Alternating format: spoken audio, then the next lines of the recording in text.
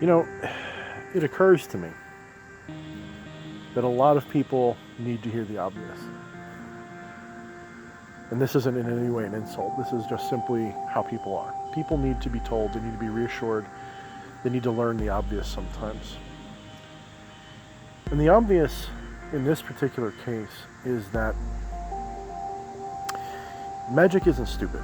Magic, the forces of nature that we collectively put under the umbrella of magic, and I say forces because it's not a single force. This is something that I think people often make the mistake, but it's easier to talk about when we do that. And we say, almost like when we say science is a certain way, magic is a certain way. Now, magic is not stupid.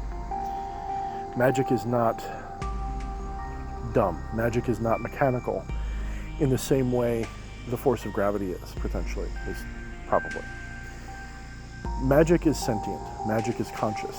Magic is consciousness. And people don't often realize that.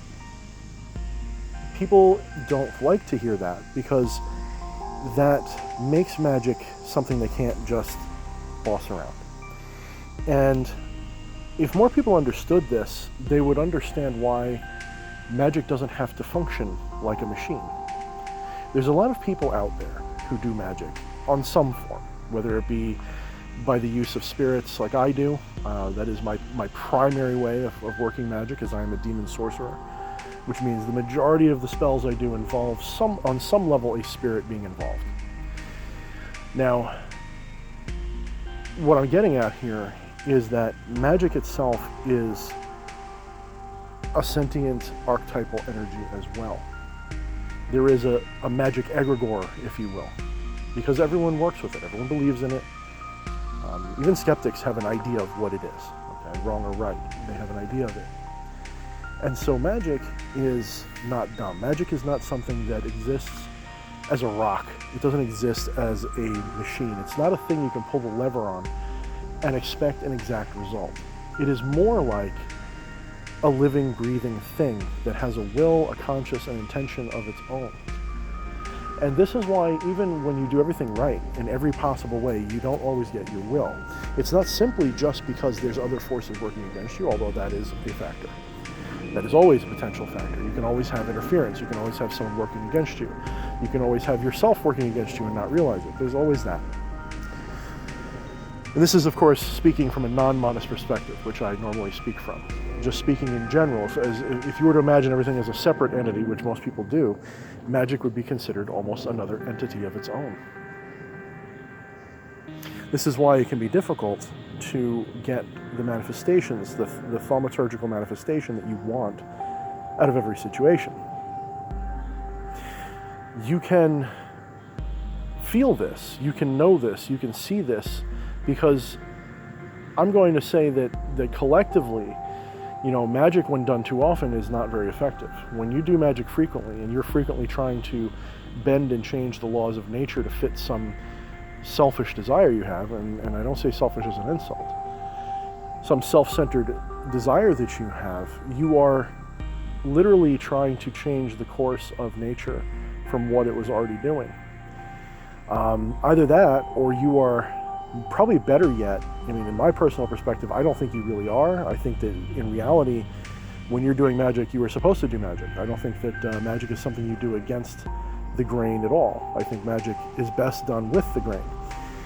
But a lot of people believe that they are working against the grain. They believe that they are bending reality to fit their will. They see themselves in opposition to the way reality is. And this creates a false kind of competition, a false kind of adversarial spirit between the self and the universe. And when this happens, I think it really causes a lot of problems in our practices. We don't walk around in life enjoying life as it is, realizing this is what we want it to be already, and that maybe we just need to consciously tweak it to show ourselves we have that power and that increases our enjoyment of life. No, instead, we start to see the world as something to be conquered, something to be destroyed. And this is really no different than the mentality of the materialist, who sees everything as a resource to be absorbed and used and burned and whatever. Someone who believes in a very thaumaturgical, very manifestation-oriented kind of magic, someone who is very much into bending reality to fit their will, is no different than an industrialist of the Victorian age tearing down an entire forest just to put up a small factory that built, you know, in all irony, models of wooden trees. You know, that is no different than magic. And I'm going to recite that again. I think I like that analogy. A magician who uses magic to attempt to bend the world to their will to give them what they want is no different than a Victorian industrialist who would tear down a forest just to create a factory that would print out little wooden trees. Okay, that is so strikingly accurate in my book, because everything you do follows a pattern of magic. You are a magical being. Everything you do, see, breathe, touch, hear, feel, whatever, is magical in nature. Every moment is created by your mind, is created by your experience and the consciousness within. You create every moment of this. And so the fact that it is not necessarily what your ego thinks it should be, you have to make that distinction, doesn't mean that that's not how it should be. You know, a lot of people will point out, you know, oh, Thorne, you have one heck of an ego, you have a heck of a whatever this. Usually those people are very insecure in themselves, and that's why they like to point out ego. But in general, we all do. We all have an ego. We have an ego mask, which we wear, we walk around with, and we act through. And this is how we get through our lives. We hide behind this mask, and we like to play games with it because that's what's fun. It is literally the fun way to live. And it's not really something you're supposed to not do. You know, a lot of people make the mistake of thinking that the goal in life is somehow to get rid of your ego. No, your ego is a very valid and important part of your experience. It should never be something that you just shit on and destroy. You know, Alan Watts once had said that, we have to be very careful with our idols. You know, we should never destroy our idols or our iconoclasm. Iconoclasm, I can't say it now. Iconoclasm, whatever how you say it. We always must do this with great respect. We can't just destroy the symbols and artifacts and the art and the manifestation of that belief of ego and self. You can't do that. That's unhealthy, and it doesn't work for you. And it actually works counter to magic.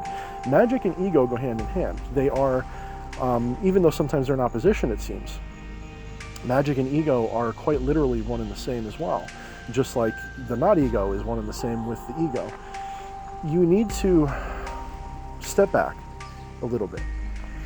And going back to my modest perspective that I often espouse, you have to step back just for a moment. And even if you're just playing devil's advocate, if you are the universe, if you are everything, then everything is exactly as it should be. There is no mistake, there is no flaw. Recognizing this is empowering rather than weakening. It's not that you're joining with something. That would be the right-hand path. You are awakening to the fact that you are it. Even if only from this microcosm of your own experience, you are it.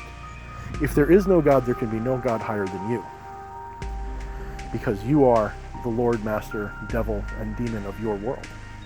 And this is undeniably true for many, myself included. So when you're trying to practice magic, you need to treat magic as a conscious entity, as the little voice inside yourself, and you need to listen to it and you need to work with it like that. You can't just say with your ego, well, I want to prove that I can do magic, so therefore I'm going to do a spell that makes me popular and famous. And you know, like I kill a famous person with magic or something. It could work. I'm not saying it won't work. But you can't put yourself in opposition to what is. You have to learn to feel the flow of reality and use magic to augment that flow. You have to say to yourself, if you're suffering and you need finances, for example, it could simply be that the flow of reality right now is for you to be in a destitute position, in an impoverished position. And there is nothing wrong with that. The only thing that's wrong with that is how you approach it and deal with it. And the hardships that you gain are just hardships. They're not necessarily better or worse than any other hardships in your life. You can have hardships and be rich and be just as miserable as a poor person living on the street. So the question is not one of creating just a reality that you want to live. It's creating a reality that you are really needing to live.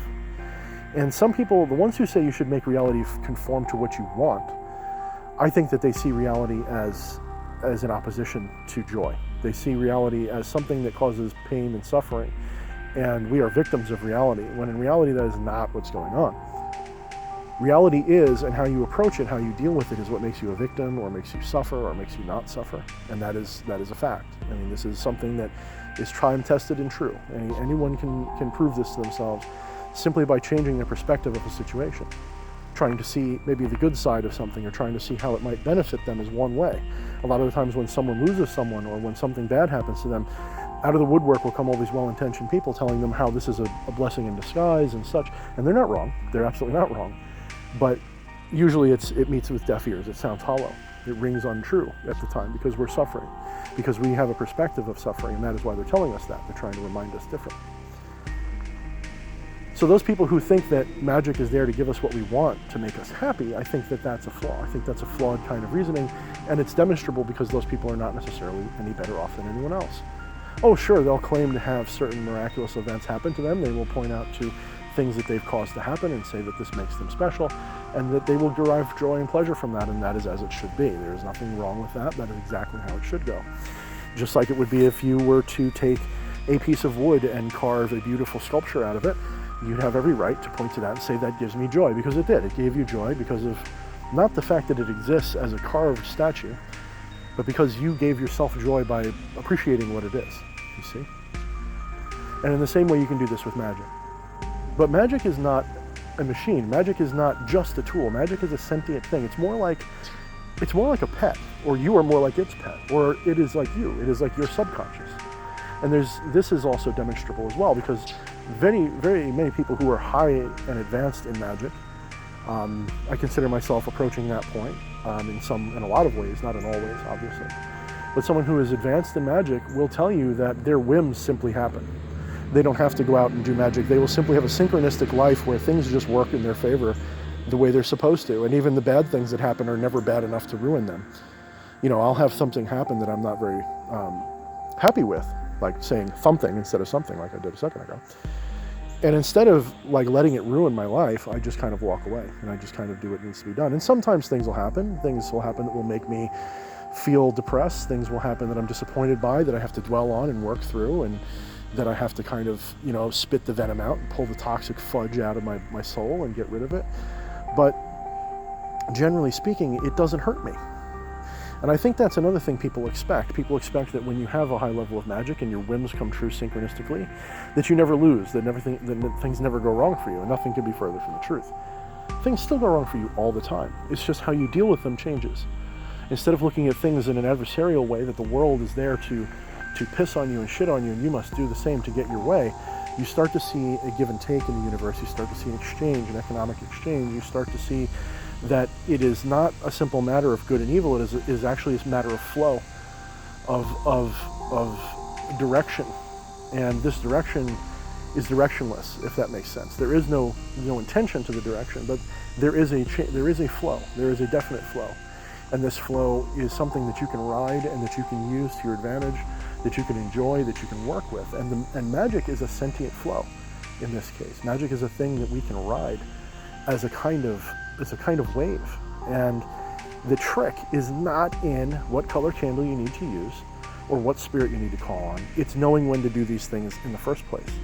Riding the wave is like, riding the wave of magic. The essential thing that makes me successful is not that I just suddenly go, you know what, I just feel like doing magic today, and I'm gonna wish for a Mercedes-Benz, and a Mercedes-Benz pops up. That probably never will happen.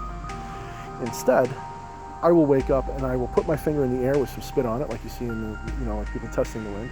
I'll judge the currents, and I will say, this is what's going on. This is what I need to do to take advantage of it or ride it.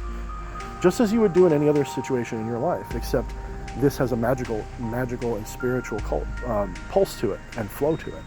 You can feel when things need to happen. You can feel when you need to be depressed. You can feel when you need to go through something and to work through pain. You can feel when things need to happen. This is often used as an excuse by people when they're doing professional magic. They'll say, well, the reason the spell didn't work is because you need to go through this. And a lot of the times that's just an excuse, because they don't really understand themselves that it's even bigger than that. It's even bigger than that. As true as what they're saying is the truth, and as true as that is, it still tends to be an excuse, because they still deep down don't understand that. You can see that in their lives. You can see that in how they resort to chemical medication to deal with bad things like drugs and alcohol. And I'm not saying taking prescribed medications is good or bad. I'm not going to touch that with a 10-foot pole. I'm not giving you medical advice. My point is, you can see in the lives of these people who supposedly have contact with great spiritual forces, demons, gods, dragons, the whole works, and they can't get through a week without touching the bottle. They can't get through a week without having some kind of major emotional meltdown. This is a flaw.